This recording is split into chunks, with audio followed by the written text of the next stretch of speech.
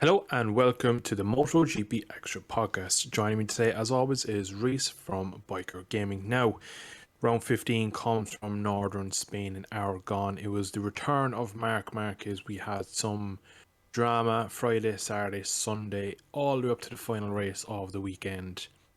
As always, we start with Moto 3.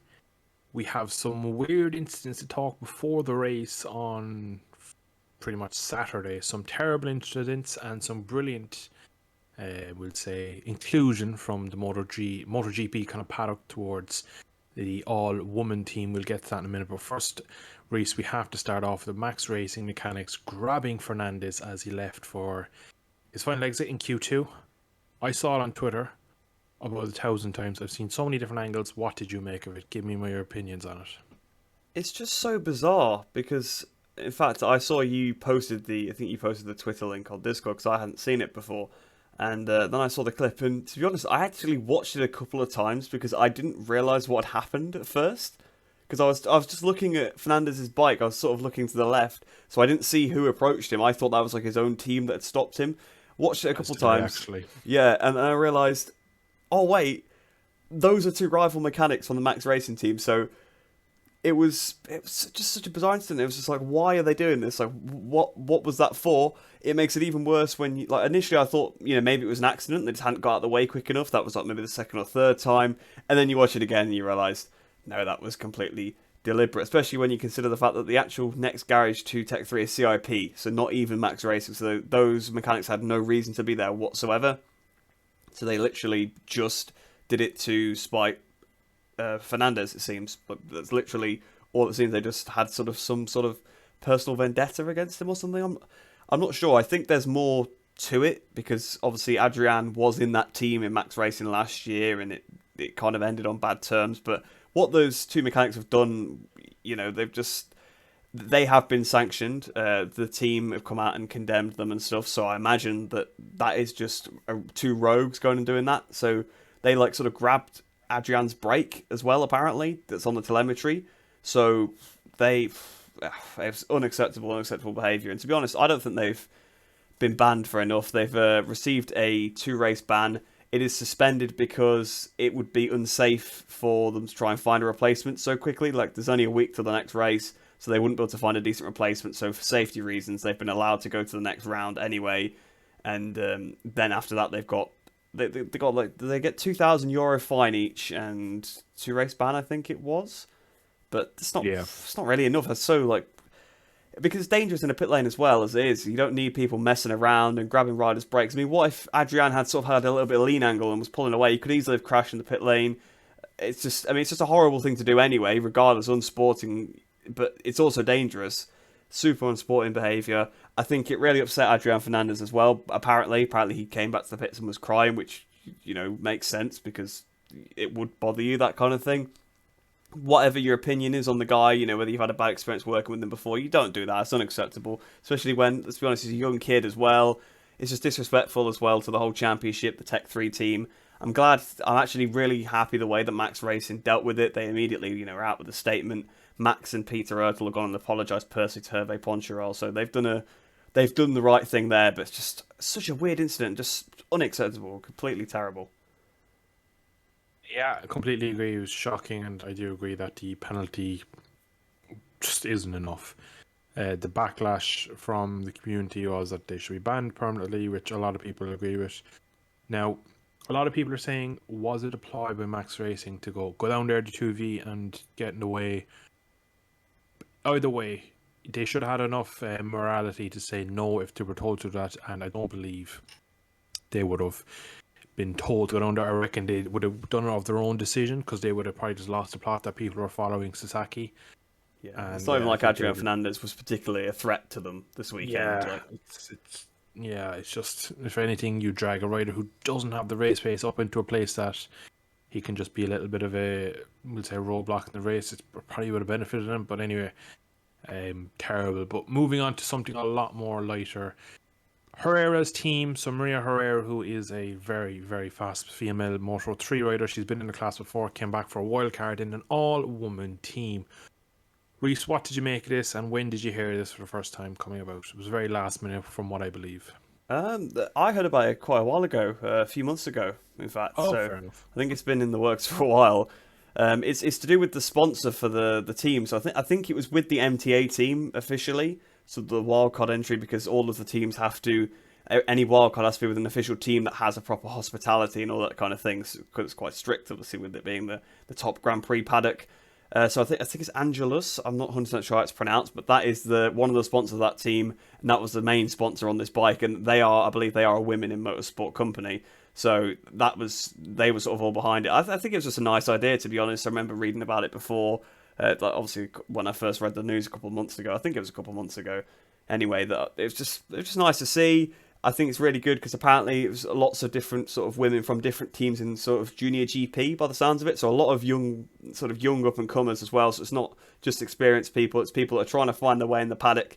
And they've done a weekend. I mean, I'm sure it will be a big experience, to work with an actual working in an actual Grand Prix paddock. Work with the rider. She's been about a bit. She's been in Moto3, she's been in Moto E for the last few years. She's been in World Supersport, so she's been in some professional paddocks. She's been in some decent teams as well. She was in Monlau, as a junior, so she's worked with some good people. So I'm sure the experience of the mechanics working with her has rubbed off well. The mechanics working with the team, her working with a full female team, because I'm sure there's some difference there. Because as much as we like to think it's not the case, there definitely is some sort of that there can be some prejudice. So that's probably something that's been experienced by most of the people involved. So I'm glad to see the fact that they are trying to be more inclusive, and I think it's something I think we should definitely try and see it again. I mean, obviously they had a tough weekend, but they're going to. So maybe if they had perhaps if they can do it a couple more times next year, a few of the European rounds, perhaps they can sort of build up some momentum and get some slightly better results. Because of course, coming in the way they did, they were never going to really challenge for anything. But I think overall they did a good job. The bike ran well all weekend. I don't think Herrera made any particular mistake or anything like that either, and she's been off a Moto3 bike for quite a long time now. So I think it's just great to see. Hopefully we can see more of it. Hopefully we can see more teams as well. And, hopefully we'll just see more women working in the teams and stuff as well. Even, not even just all women's teams, just throughout all of the different parts of the paddock. I think it's great to see, and hopefully we'll see some more.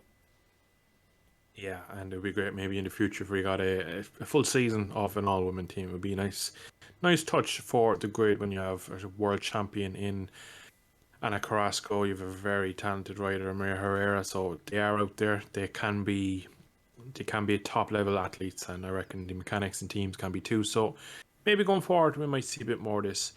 But moving on now to the race. Eisen Guevara had an amazing start, got into the lead, looked like he had just enough pace.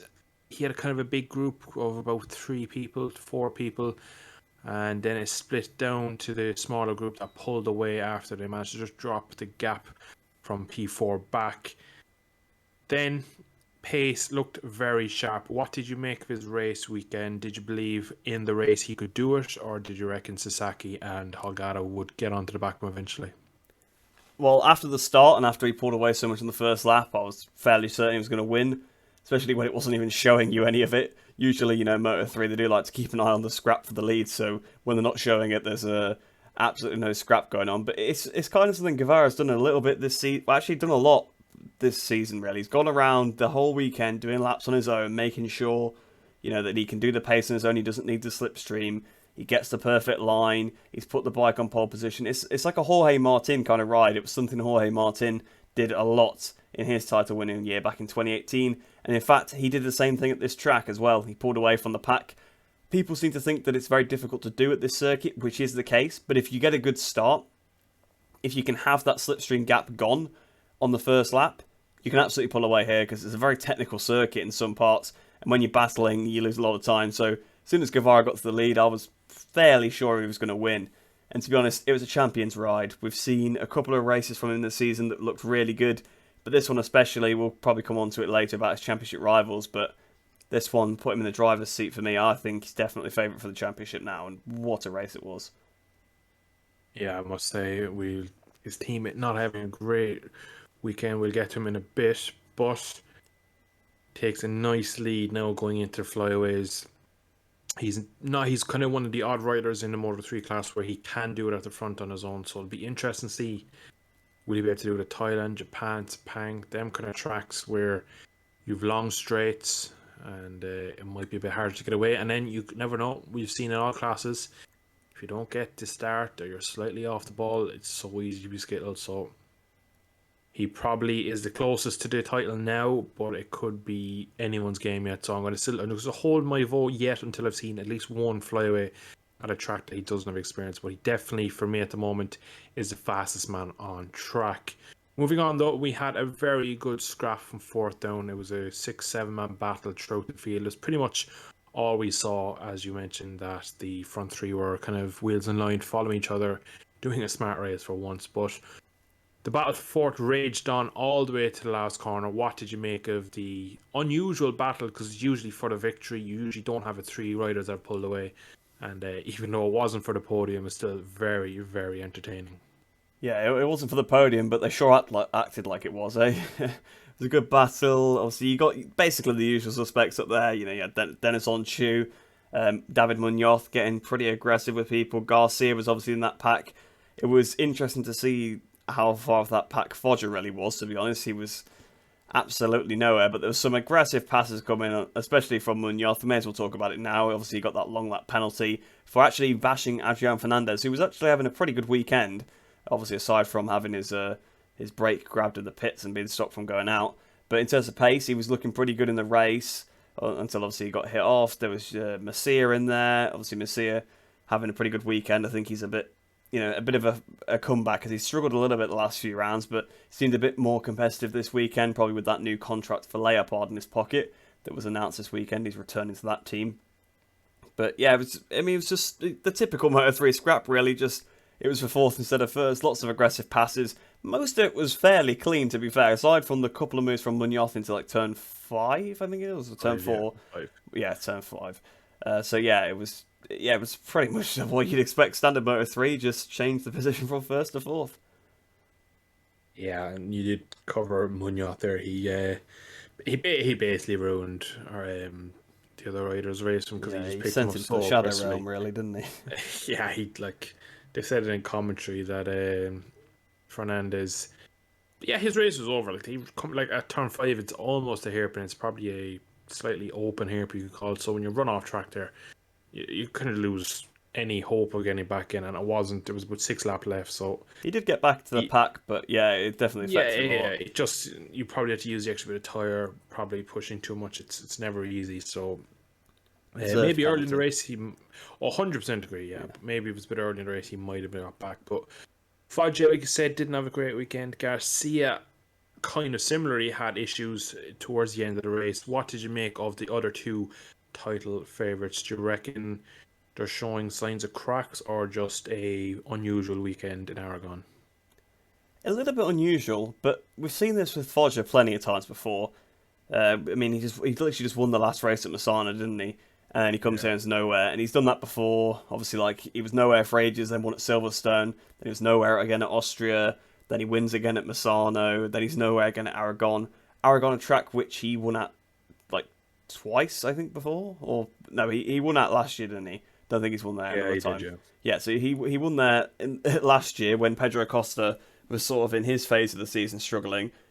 But this time he turns up and there's absolutely nowhere. I mean, of course, we do know that Leopard Honda does seem to have lost a little bit of its speed compared to some of the others, and we do know this is a track where straight line speed is super, super important. But he just seemed nowhere, and I think that's just him at this point. You can't really say it's the bike is struggling, but the Leopard Honda seems to be good enough to sort of still be up there. Honestly, the rest of the Hondas, not so much, but then maybe you say, well, the bike is clearly good enough if you run it correctly, but it's just really getting the maximum out of it to even get up there. So Suzuki was up there, so again, it's just down to Foggia. Garcia, yeah, he's had a couple of off weekends as of late. He's definitely struggling a little bit now. I don't know whether maybe there's something going on in the team a little bit. Not saying that the team are doing anything to him, but maybe he's got his head's down a little bit now because, as we believe, Guevara is the one that's been selected to go. Well, actually, we know that Garcia is leaving that fold next year to go to Pons Racing in Moto2.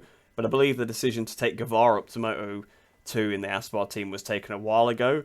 So I don't know whether maybe that's just got to Garcia. Perhaps he feels like he's not the the favourite. I mean, I'm sure they are being treated the same in the team, but it's a psychological thing, I guess, isn't it? Just not being picked. Perhaps that's getting to him a little bit, and he's struggling, and he sees the championships slipping away. But then I think also throughout previous seasons, he's been a bit like this too. He's been up a bit up and down, so I feel like Guevara is just a guy that's more consistent, and that's kind of how he's won his Junior World Championship a couple of years ago as well. I think Acosta was the faster of the two, but just less consistent. And I think, again, you're seeing the kind of thing here, except this time he really does have the raw pace, because he's not consistently second and third, he's consistently first. So, yeah, Foggia and Garcia just seem to be really lost now, and I think they're going to have to find their feet quickly if they want to still have a chance at this championship. Yeah, I do agree, and you make a good point here that Garcia is leaving that team and leaving the kind of trajectory up into Moto 2. Now, the way I see it is, if you look back to around Silverstone, a couple of rounds before that, we'll go back as far as the late European rounds, Garcia would be kind of, mid-race, he'd be behind his teammate, but near towards the end of the race, he'd always find a way to get 3 positions ahead of his teammate, and you go, Jesus, you just can't beat this kid. And I know in Silverstone he got taken out, but I think since then, Guevara's had the pace, and he's kind of just sharpened up his race craft and his positioning during the race to the point where he doesn't end up getting swamped on the last lap, finishing 7th, where his teammate scrapes home on 3rd with a brilliant last corner overtake. And I think that's just... I always believe Guevara was the quicker of the two, but I think Garcia was such an aggressive and such a kind of elite scrapper that he got himself into positions that his pace wasn't always willing to get him there. And I think now Guevara is just starting to show there is a bit of gap in pace there, and I think Guevara is the better rider. And a good point you're mentioning where they chose Guevara to be the successor to one of the Moto 2 riders at the moment. So I do believe that that's played a big thing. You mentioned how it plays with their mental effects and the mentality of sport. It's so mental, this sport. It's just ridiculous how much having a right mindset or having a wrong mindset in Garcia's case could play such a fold. And at the moment it looks like really out of the two of them you wouldn't really put anything on either of them to win the championship. The only thing they have going is they have a bit more experience than Izan. But then again, are they going to be able to turn around? I don't know. It's going to be very interesting. All 3 classes have a lovely run in after this weekend, so every class has lots of question marks, and we'll find out a lot in Japan in only a week's time, which is brilliant. But we're going to move on now to Moto 2, and on Saturday morning we got pictures leaked of Augusto Fernandez sitting on the curbs wearing a Gas MotoGP t-shirt. Fast forward about 90 minutes to 2 hours later, we had our press release that he has signed for Gas MotoGP, the worst kept secret in the MotoGP paddock for about a month now. Reese, shocked or surprised, or did you kind of expect to see him announce this weekend? I am so shocked, I can hardly contain it. To be honest, I think all of the transfers this year have been the worst kept secrets. Everybody knew Mir was going to Repsol Honda for months. Everybody knew this was happening for a while, basically ever since the Remy Gardner thing. So they came out that he wasn't staying. It's like, well, the guy that's in the junior team is obviously going to get the seat.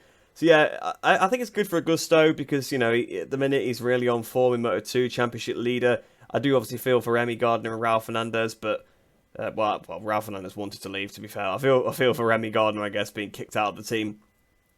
But Augusto Fernandez, you know what, I guess he's earned it. You can't really say that he hasn't if he wraps up this championship, which obviously you don't know whether he's going to, but as of current, he's leading it. You can't wait till the end of the season. Well, you probably could wait till the end of the season to sign them, to be honest, but probably wouldn't be the best idea to do that. So from the data they have, they're signing the best guy because they're signing the Moto2 guy that's currently leading, and he's in their fold already in the IO team. So yeah, I think it could be good. He could learn from Paul Espargaro quite a lot as well, because obviously Paul has ridden the KTM in the past, and I'm sure Paul is going to give a lot back to that project, and he might be a good mentor for Augusto, obviously a very experienced rider as well.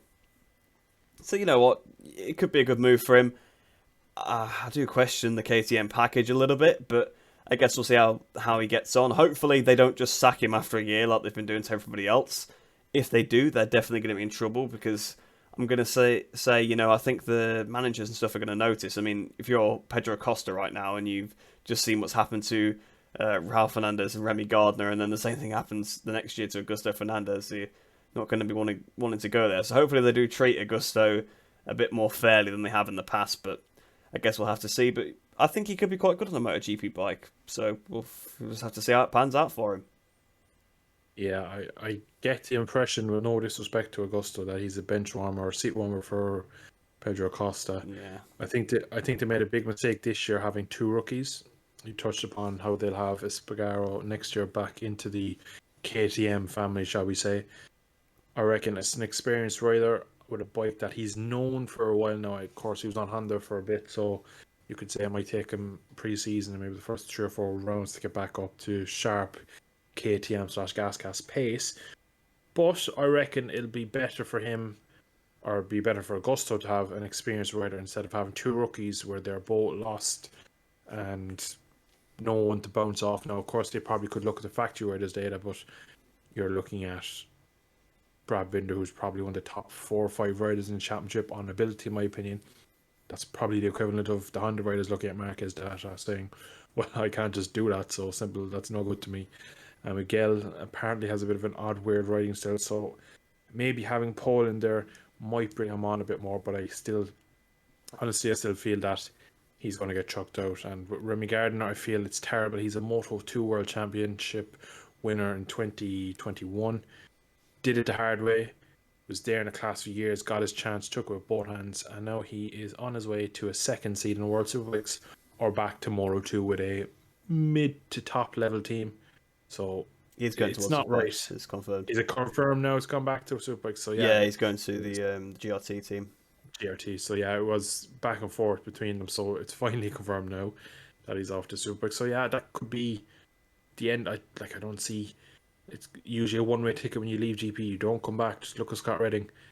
You don't come back to this paddock when you leave. So that's such a tragedy. Like, he's literally 1 year on a B-Tech KTM. Jesus, that's poor enough. But we are going to move on now to the race where Augusto initially broke away. He had initial comfort where other riders seemed to struggle. The likes of Dixon went backwards, couldn't stick with him. His teammate, Pedro Acosta, seemed to be on the pace. So what did you make of Augusto's initial break? And were you fearing that we'd have another runaway leader like Moto3? Yeah, to be honest, I was. We've seen Augusto do it before this season. Sachsenring being the best example. I think he won by like 9 seconds, or something ridiculous. And it's Sachsenring. So, that's like about 30 seconds anywhere else. Huge gap that is. So I thought we were going to see something similar, especially with it was clear that Dixon was struggling a little bit to at least keep with his pace. We know he just struggled a little bit on a full tank. But once you had Acosta and Canet come through and you saw the gap starting to shrink, I knew that there's something potentially could happen. But Augusta's been so good at race management this year, especially from the front. I did think he might still have a good chance at it, but as soon as Costa got a bit of a sniff, he went for it, and that's what we love to see from Acosta. May as well talk about his race. It was fantastic. It's good to see him back. Obviously, the first win he's had since the injury. I think second win of the season, because I think he obviously won at Mugello previously. Was on course to win in Le Mans and fell off. So you know what, you kind of forget he's a rookie, don't you? And everyone kind of put such pressure, was expecting him to be like a world champion straight away. So when you look at it that way, you're like, oh, he's not had that great of a season, but he actually has. He's had a very good season. It's just the expectation going in was so high. So, yeah, he just showed his class once again. He's beat a guy that's MotoGP bound on the same equipment. So, that says a lot about the guy. I'm definitely looking forward to seeing him next year, see what he can do. I'm pretty sure he's probably going to win the championship next year. But we're not here to talk about that. We're here to talk about his race right now. It's just perfect, really. He qualified well for once, which is nice to see, because he does struggle a bit in qualifying. Got a clean start, didn't make any mistakes early on. He saw his teammate getting away, didn't panic, made a move on Canet, made a move on Dixon, and then just hunted after him. Caught him, slipstream past him, made it a nice clean move, so nothing dangerous. Just great race from Acosta. Obviously a good initial breakaway from Augusto, but unfortunately unfortunately for him anyway, he got caught up. But, he managed to bring it home well as well. So, a good race for the Aya boys. Yeah, and it was a good race for the championship because Igor didn't lose too many points. He has his home race next weekend. Acosta just starting to get an idea. Obviously, he had his injury that probably would took away a couple of race wins, in my opinion. Yeah, definitely. He's really starting to run form because he won at Mugello, didn't he? Then on the podium again at Sachsenring. So, and then we were going to likes of Aston and stuff like that. You never know where like races like that where he was quick in Moto3, of course, different categories, but I still would have fancied him for a good result there. But like you did say, for next year, he probably already is the title favourite. If you look at who's moving up, he's staying with the same team, championship proven team. It's going to be a tough battle to beat him, but he was brilliant today. I really enjoyed watching him. He's just such a...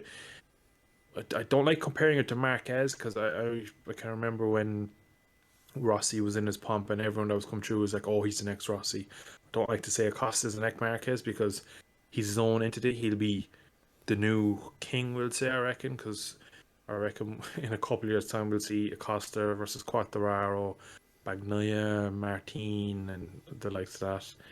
So I reckon he is the next big star, and he's phenomenal on a bike. I could watch him ride around all day. Again today he was doing things that no one else could do, and he probably won comfortably.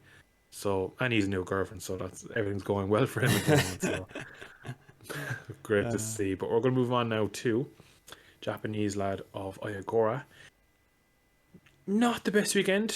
I've said this quite a bit all year. He dug in and he got the best out of it. He finished one position behind his nearest championship rival, took as many points out of a weekend that the likes of Jake Dixon crashed on the last lap. He had a very good battle with Tony Arbolino and just seems to have it in the race.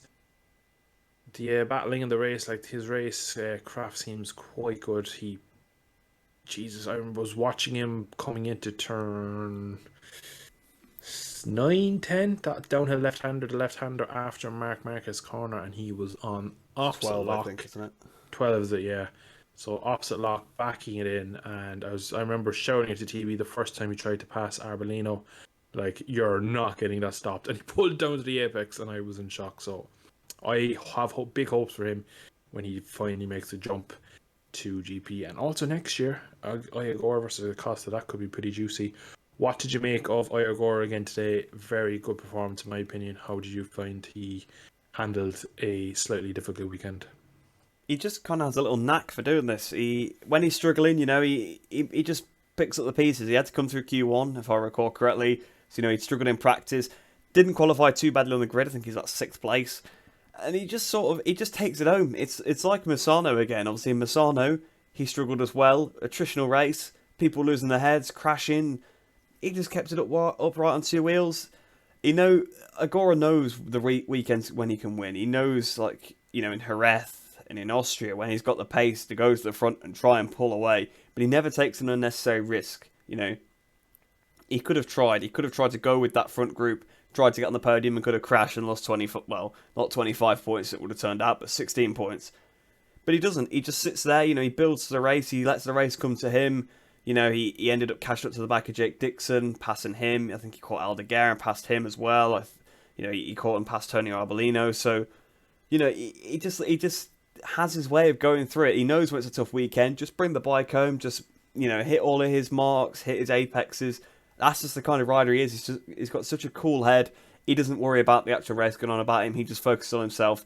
Even back to the races where he's won, Chandra came diving up the inside of him at the penultimate turn.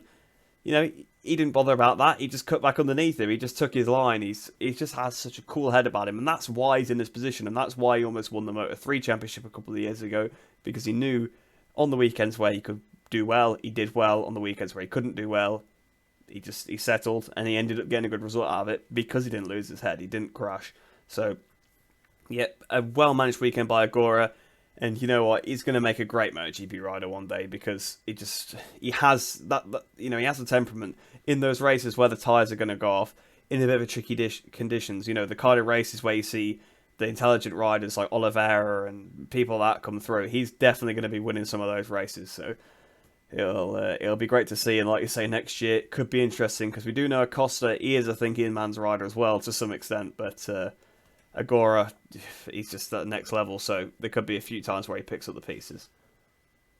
Yeah, and again, keeps himself in the championship by just doing the utmost that he can do in that weekend. So we're going to move on now to the GP, and once again, before the weekend started, we had the announcement of 2 riders coming back. Both Honda riders. One is currently riding Yamaha. Marquez's return and Crutchlow's also back. Reese, what did you make of Marquez's return his whole weekend? And same for Crutchlow, who I must say had a phenomenal weekend on a bike that Dovi couldn't get near the top 10 all year. And Crutchlow jumps on and he made it look pretty damn good. Well, I've got to say, to be honest, it was great to see Marquez back. Obviously, it was great to see Cal Crutchlow's back as well, because it's always nice to see Cal in the paddock. He always tries hard, but obviously, that's just sort of a replacement thing because Dovi's retired. But Marquez, to come back from the injury, has more of that kind of story behind it. Although I suppose Crutchlow's return does also have a nice little story. But, it was nice to see Marquez back. It was nice, MotoGP does miss a little bit without him. I mean, I'm not one of those guys that particularly says, oh, you need to have Marquez or you have to have, I'm not like one of those people that's like, oh, MotoGP's been rubbish since Rossi left or whatever, But Marquez does add a certain spectacle to it, back, sort of similar to back in 2010 when Rossi was out, he broke his leg. It wasn't quite the same without him. You need that top guy that's, star power. Yeah, exactly. The star power, the guy that he sells the merchandise, he sells the tickets. He makes the races interesting, and as we'll get onto later, the race was quite interesting because of him. Not necessarily his fault, but it was a bit of a. According to Twitter, it's not. Well, you don't want to go on Twitter. Yeah, that was my first. Like that Marquez guy, he's terrible. But yeah, no, we saw him running the Masana test a couple of weeks ago. He ran a little bit on the first day, felt pretty good, but, been advised to only run the morning. Then ran a bit longer the next day. His pace was right there immediately. So he comes here. It was great to see. He'd done a bit of testing on the 600 between as well. He seemed like he was ready. He was straight away on the pace in practice. Again, it's kind of similar to his previous comeback. He could do a few laps together, but not a long run. It's a shame we didn't get to see his full race, to be honest, because it would have been interesting to see how it panned out. But yeah, he already had a save within a couple of sessions. Had a crash. Almost high-sided himself off a few times. So Marquez is back, and it's nice to see. It does add a bit more excitement. It does when he's back. Yeah, there's always something with Marquez. You never have a quiet Marquez weekend. No, you don't. He's either crashing, saving, braking, killing. There's always something. Following somebody, getting in Vinales' head. Yeah, there's always something with him, and he's great entertainment. But we are now going to jump into the race. First lap, first sector and a half, we'll say, there was absolute carnage up until the reverse corkscrew, where all the drama from the race happened. Of course, the race was good after that, but no one else crashed in the race. It was pretty decent. Now, at the front, the battles were quite Motor 3-esque, where they were following each other, seeing what the tyres were at. But that first lap, Reese, who, what, where, and how did you kind of process the first lap, or half a lap, shall we say? Well, it was such a shock. You get the start, as you do, and I was watching Fabio. I wanted to see how his start went, because of course he's on the Yamaha. We knew this was going to be a rough track for him, so I saw him, and then I saw Marquez was in front of him. I was like, Marquez has had a good start. It's like, bloody hell, he's come from 13th place. He's already in front of Fabio, and then all of a sudden you just see Fabio just ram Marquez up the back, go flying up in the air. Oh, it was a horrendous accident. Fortunately, he's relatively okay, it seems. I think he has a bit of a burn on him as well. I'm not sure if that's from scrubbing him down the track, or if that's off the exhaust of the bike, or whatever that is. But he got a hefty hit from the bike, so yeah, that wasn't ideal. Fortunately, he was okay. But what actually happened was Marquez was he was going through turn 4 in front of him, or turn 3, sorry, in front of him. Exit turn 3, yeah. Yeah, exit turn 3. And in front of Marquez, he said that Aleix and Enea Bastianini had a little bit of a contact. So Marquez tried to turn it a little bit tighter to cut underneath them. And, start of the race, he was a little bit offline anyway. Tries to turn it a bit tighter, cold tyre, and just unfortunately almost threw himself off. Fortunately he saved himself, because it could have been quite nasty if he'd also fallen off. But Fabio, so close behind him. Fabio, he's been taking risks all year to try and make these passes, especially on the opening laps. He has to run close. He has to carry the speed. Now, on a first lap, everybody's close. So if someone slows down and you're right behind them, nothing you're going to do. It'd be the exact same if Marquez's bike had cut out. There's no way Fabio was going to be able to avoid him. And unfortunately, Marquez has to roll out the throttle, because of course he's not going to continue to accelerate thinking, oh, someone's behind me, and high-side himself off because he doesn't want to get run over. So of course he has to back out the throttle. Unfortunately for Fabio, he's too close to avoid him. That's not Fabio's fault either. And Twitter people, that's not Marquez's fault, even if you don't like the guy. That's, it's not his fault that the bike almost threw him off.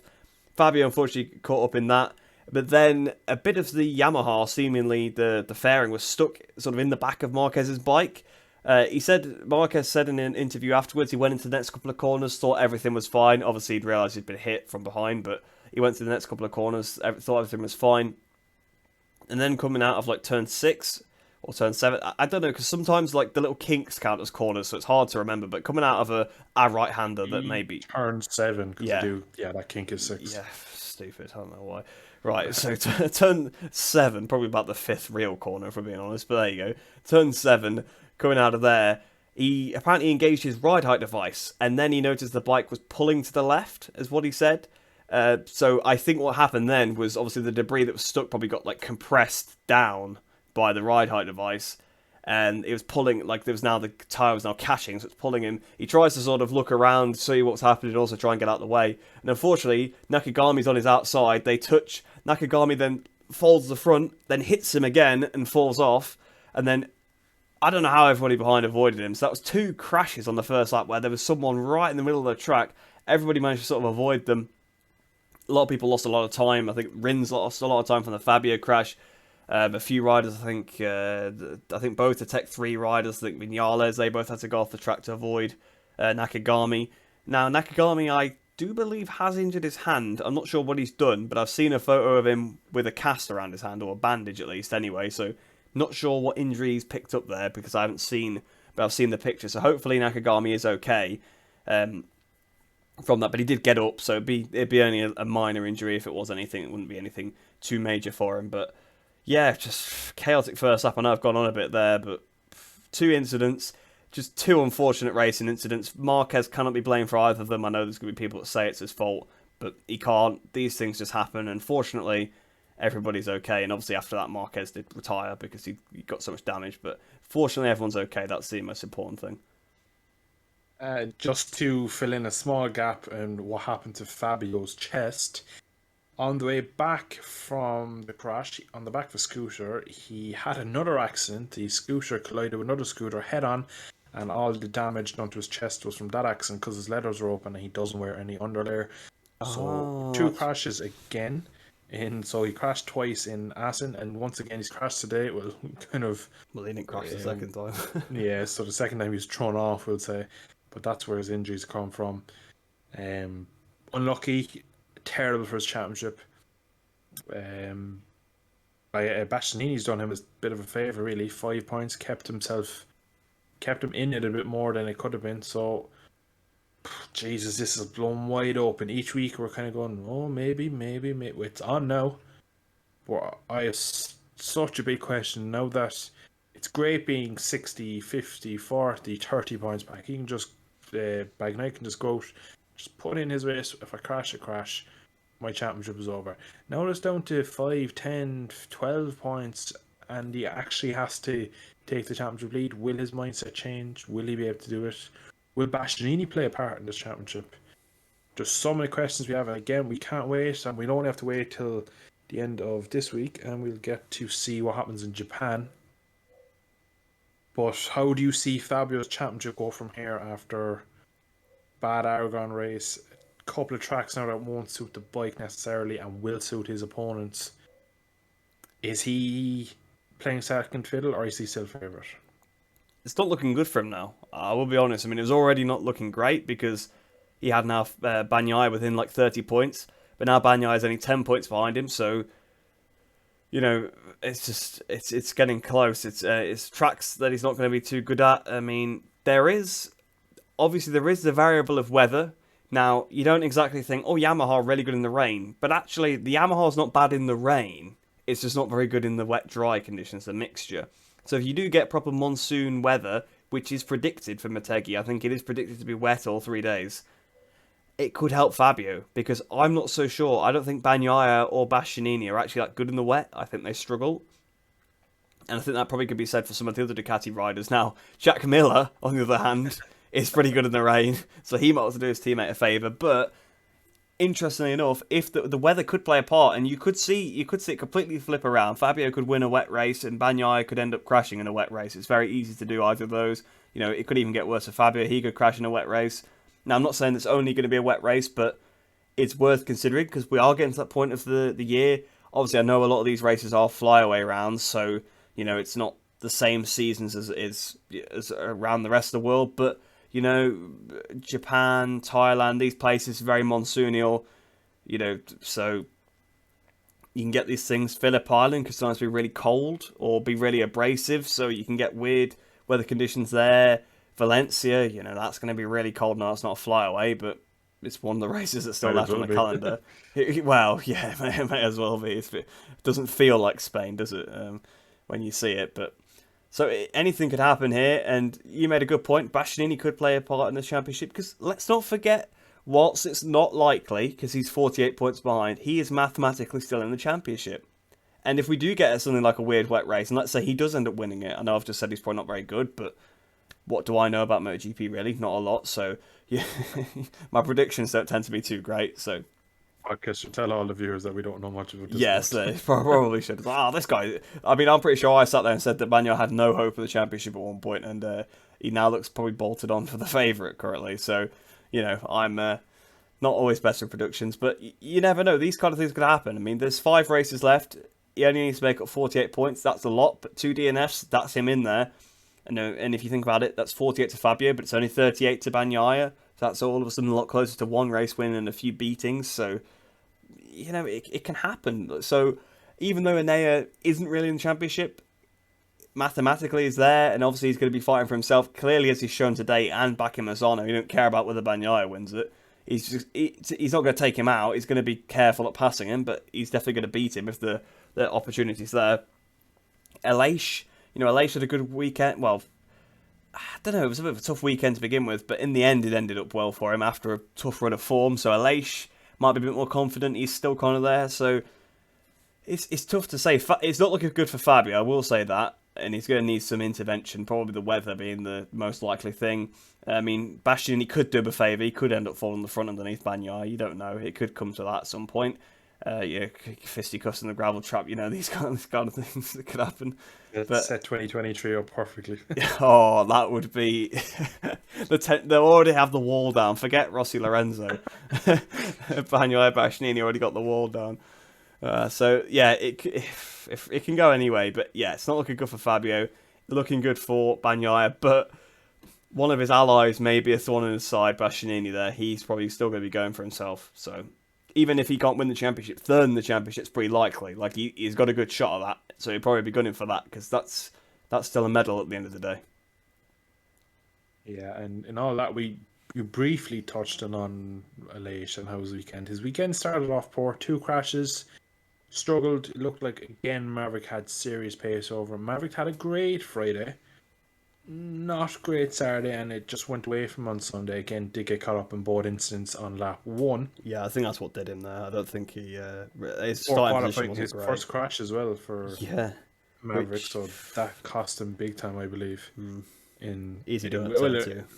Very easily done, but if you look back, if he was slightly further away, he probably wouldn't have caught up in both them incidents, and we could have been talking today about another brilliant podium for Maverick, but no, finished 14th, I believe, so he was way, way further back than his teammate. Teammate had a great scrap with the factory Ducati of Jack Miller and the other factory KTM of Brad Binder, who got a great start and made the sunshine. Yeah, because Marquez followed him. Yeah, around the outside. They're on the outside, they both went. 2 men that you just trust to find a way forward, but yeah. Binder, brilliant result for him, but Aleix, 17 points off. Is he going to be able to do it? Is he a man that can take 20 points in a wet race? Is he going to be consistent enough? We've realistically 4 championship riders going into the 4 or 5 rounds left. Is Aleix really going to have enough, or is it going to be Fabio or Bagnaia? It's tough to say, isn't it? I mean, Aleix is still there, so who would have thought Aleix would still be in contention at this point of the season? I mean, like, we saw the Aprilia in testing. Oh, that bike looks good. You know, he looked good in the first couple of races. And it's like, Aleix is leading the championship. Wow, that's cool. But, like, it felt like how Crutchlow led the championship back in, like, 2018. Like, it just felt like one of those things where, well, it's been a weird couple of races. He'll drop back to his normal position usually. But, no, he's still there. He's still within a shot. Like I said, anything could happen. You can have weird races. These flyaway rounds bring up weird races. That's the whole reason why people thought, oh, Aleix was just being there as a fluke, because the flyaways are weird at the start of the season. I mean, we saw what happened there. Bagnaia had an absolute mare in the last set of flyaways. Remember, crashed up the inside of Martin at Qatar. I don't know where he was in Argentina, but he was nowhere in Mandalika as well. I think he picked up about like 1 point from like the first 3 races or something like that. Like barely anything, pretty much. Woeful time. So you get these kind of weekends. It's shown that it can show it's possible. You know, a Shaman might fly out to Japan or to Thailand and make it rain. You never know. So these things can happen. So I mean, I know I've not really answered much of a question. Yes, I think Aleix still has a chance because there's so many variables. The tracks are weird. The surfaces of the tracks are weird. The weather's weird. I mean, there's freight problems. You know, Bagnaia's bike might not turn up to one of the races or something. You know, we've seen everything has happened this season. So I'm not ruling anything out. Yeah, you did cover that. We had the craziness of Indonesia. We had issues going to Texas, to Argentina. They're actually missing the morning on Friday, aren't they, as well, for the freight? Yeah, the Moto 3 won't have they'll only have an FP2. It'll be their first session, so they are cutting a fine. And like you mentioned, it is apparently going to be like monsoon conditions. So what condition the track will be in? Will there be any running? Will it be safe? Will we get a delayed race? Will we get a race on a Monday? They always say they'll never do that, but delayed race for us Europeans would be absolutely golden. The delayed all to about 8 o'clock at night, we'd be in absolute bliss for us over here in UK and Ireland. So really, there's just so many variables going into the end of this championship, and even now I still think Fabio will win it. But I'm thinking, the way I see it is, I'm thinking Fabio as a rider versus Pecco as a rider. I think Fabio will do it, but then when you factor in Yamaha, Ducati. Well, if it was just head-to-head riders, Fabio would wrap the championship up about half a year ago. Yeah. It's the Yamaha that's let him down. Yeah, it's just there's so many unanswered questions for this one, and it's going to roll all the way in. It'll be same next week. Whatever happens next week, we'll be going, geez, we still don't know. Maybe at the end of Valencia, after the championships won, I might have a good idea of who's going to win it after, like, you know, starting the final lap at Valencia, maybe. Maybe. Might have to tell you then. But that is it for us today. We will be back in a week's time for the Japanese Grand Prix. Reese, quick prediction for MotoGP race. Who is getting it? Wet, dry, somewhere in between. Right, dry, Bastianini, wet, Oliveira. In between, Miller. Ooh. So I'm going to take the wild card that you overlooked, either forgot or didn't know. If it's wet, Marc Marquez. If it's in between, Marc Marquez. If it's dry, Pecco Bagnaia. Oh. So yeah, I reckon if you take away some of the physicality, Marc Marquez will be there. Remember, Honda's home track. We could have some fireworks. Yeah, he might do a Munoz, send someone to the shadow road. Jeez, imagine he just picks up Fabio into turn 3 and picks, like, it happens. It'd be 2015 all over again. Oh, please, Marcus, please. Oh, I can't have it. Jeez, that's all we need now. We just need a clean ending, because it would have been. It's after getting down up to 10 points. We don't really know how it's going to end, so it's going to be. We could sit here thinking about it until the race is come in Japan, and we still won't have answers. So it's probably best we end it here, and that is what we'll do. So thank you for tuning in today. If you did enjoy it, drop a like on the YouTube side. If you are listening in on Spotify, drop us a 5-star rating. I shall see you all in a week's time. Bye bye. Thanks for now.